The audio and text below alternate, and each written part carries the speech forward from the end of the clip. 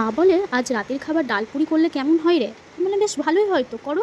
বললো, একাই করতে পারবো না, হাতের সাথে করে দিতে হবে। আমি বললাম, চাপ নেই, করো, আমি করে দেবো। মা আটা ফাটা মেখে রেডি করে রেখে দিচ্ছে। বোনকে বলেছিল যে আমি আটাটা মেখে রেডি করে রাখবো, তুই একটু ডালটা মিক্সিতে পিষাই করে দিস। তার আগে থেকেই মা ডালটা ভিজিয়ে রেখেছিল।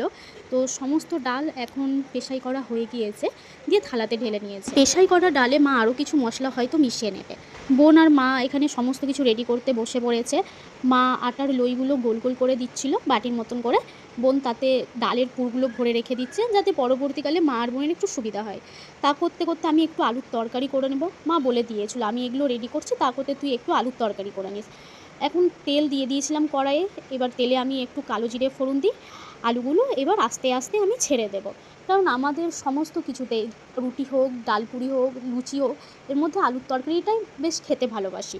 তাই জন্য আলুর তরকারিটাই করা হয় আমাদের। আলুগুলো আস্তে আস্তে এখন ছেড়ে নেব। একটা প্লেটে টমেটো আর লঙ্কা কেটে রেখেছিলাম, লঙ্কাগুলো এখন তরকারির মধ্যে দিয়ে দিই। দিয়ে নেওয়ার পর একটু নাড়াচাড়া করে নেব। আলুর মধ্যে এবার নুন দিয়ে দিলাম। নুন দেওয়ার পর কিছুক্ষণ পরেই হলুদ দিয়ে দেব। হলুদ দিয়ে নাড়াচাড়া করে তরকারিটা কিছুক্ষণের জন্য ঢেকে দেব, কারণ তাহলে কি হবে, আলুগুলো সেদ্ধ হয়ে যাবে তাড়াতাড়ি, আর তরকারিটাও তাড়াতাড়ি রান্না হয়ে যাবে। আমার আলুর তরকারি করা হয়ে গিয়েছে। এবার আলুর তরকারিটা বাটিতে ঢেলে নিয়েছি। জায়গাটা পরিষ্কার করে দেব। মা আর বোন এক্ষুনি আবার পুরি ভাজতে বসবে। মা এখানে দেখতেই পাচ্ছ বেলে বেলে দিচ্ছে বোনকে থালার মধ্যে, আর বোন এখান থেকে নিয়ে এই যে পুরিগুলো ভেজে নিচ্ছে। কি সুন্দর পুরিগুলো ফুলেছে দেখো। আর কিছু কিছু পুরি এই যে এখানে অলরেডি ভাজা হয়েছে, সেগুলোও কি দারুণ ফুলেছে। তোমাদের একটা পুরি আমি ছিঁড়ে দেখিয়ে দিচ্ছি যে ভেতরে কতটা করে পুর ভরা হয়েছে।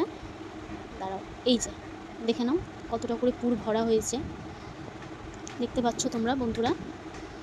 তো সমস্ত কিছু কমপ্লিট করে আমার মা বোনের খেতে খেতে অনেকটাই রাত হয়ে গিয়েছিল।